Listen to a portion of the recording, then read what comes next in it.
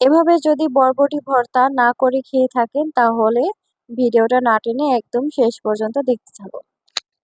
প্রথমে কড়াইয়ে তেল দিয়ে দেব, এরপর 2 টুকরো রুই মাছ নিয়েছি, এটা আমি ভেজে নিব তেলে।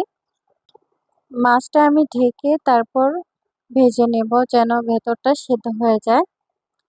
ভাজা হয়ে গেলে নামিয়ে নিব। এরপর ওই প্যানে দিয়ে দেব বরবটি এবং কাঁচামরিচ, অল্প একটু পানি দিয়ে এটাও সেদ্ধ করে নেব লো আছে। এই তো আমার বরবটিটাও সেদ্ধ হয়ে গিয়েছে, এবার এটা তুলে নেব। এরপর আমরা প্যানে দিয়ে দিব রসুন। রসুনটাও আমরা ভেজে নেব, ভেজে তুলে নিব। এরপর এটা বাটার পালা। প্রথমে বরবটি, রসুন এবং কাঁচামরিচটা বেটে নিব। বাটা হয়ে গেলে দিব এতে পেঁয়াজ কুচি।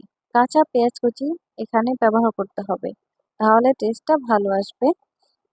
এবং এ পর্যায়ে পেঁয়াজটা বেশি মিহি করা যাবে না, একটা বাটা দিয়ে নিতে হবে। তারপর আমি মাছটা দিয়ে দিব, মাছটাও কাটা বেছে ভেজে নেব। বাটা হয়ে গিয়েছে, এবার আমি সরিষার তেল দিয়ে এটা মেখে নিচ্ছি। এই তো তৈরি হয়ে গেল আমাদের মজাদার বরবটি ভর্তা। ভিডিওটা ভালো লাগলে অবশ্যই একটা লাইক দিয়ে দিবেন। আজকের মতো এই পর্যন্তই। সবাই সুস্থ থাকবেন, ভালো থাকবেন। আল্লাহ হাফেজ।